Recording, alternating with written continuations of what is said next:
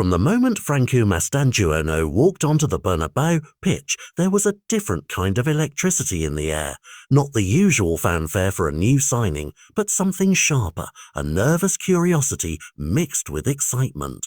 Imagine arriving to a club of giants, joining a squad where pre-season has already slipped by, and after 4 training sessions being asked to carry the weight of expectation in competitive games. That is exactly what happened to this 18-year-old Argentine, and across 3 early appearances he offered a reminder of why football still insists on stories of instantaneous impact. Operating mostly from the right flank, Mastantuono has shown a blend of close control and forward intent that makes defenders reel. Quick feet to break lines, an ability to spot small spaces between defenders, and a willingness to take chances on goal. Those are the flashes that win headlines, and real supporters have not hesitated to celebrate them. Yet the headlines only tell half the story. Behind the scenes, the club is balancing 2 instincts, the feverish joy of discovery and the cold responsibility of stewardship.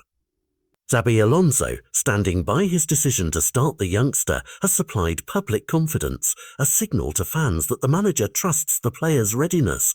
But at the same time, there are clear whispers inside the building urging caution, tempered language about patience and step-by-step growth.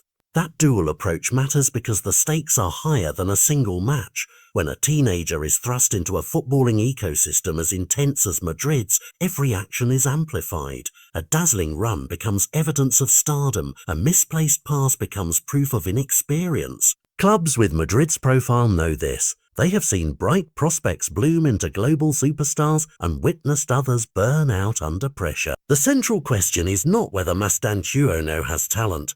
He clearly does, but whether the club will construct the right scaffolding for that talent to become a career rather than a highlight reel. Practically, that means a plan that protects minutes while exposing him to demanding situations, a role that slowly expands his responsibilities without making him the sole answer to the team's problem. It means experienced players and coaching staff deliberately managing his game time, building tactical understanding incrementally, and providing mentoring that addresses both physical and mental strain. It also means aligning public messaging. Praise is essential for confidence, but so is a narrative that lowers the fever and emphasizes process over instant greatness. The other side of the coin is what happens if the club misreads the balance. Overpushed talents sometimes fall into predictable traps. They are played out of position to exploit perceived strengths, asked to carry a tactical burden they are not yet equipped for, or left to cope with off-pitch attention without adequate support.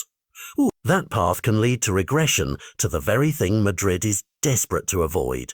So while supporters are allowed to dream, and they should, because part of football's magic is hope, the smarter drama is in watching how Madrid handle the next 90 days. Will they nurture a potentially generational player with patient interventions, or will the rush for headlines speed up a process that requires slow, deliberate care? For Mastantuono himself, the early signs are encouraging. He appears comfortable with the ball, decisive in the final third, and unfazed by the noise. But football history teaches that comfort in 3 matches is not the same as readiness for a full season. The coming weeks must be about building resilience, mapping his development, and ensuring the club's ambition does not eclipse his growth. If Real Madrid get this right, they could have unearthed a player who fits both the present and the future, a young man who can ignite games now and still have decades ahead. If they don't, we'll be left asking whether the rush of the moment cost them a career. That is the tension, the real drama, and the reason everyone from the boardroom to the stands should care. Because this is not simply about an 18-year-old who dazzled for 3 matches. It's about how one of football's biggest institutions chooses to handcraft the next chapter of its history. Watch the minutes, watch the role, watch the messaging. The rest will tell itself.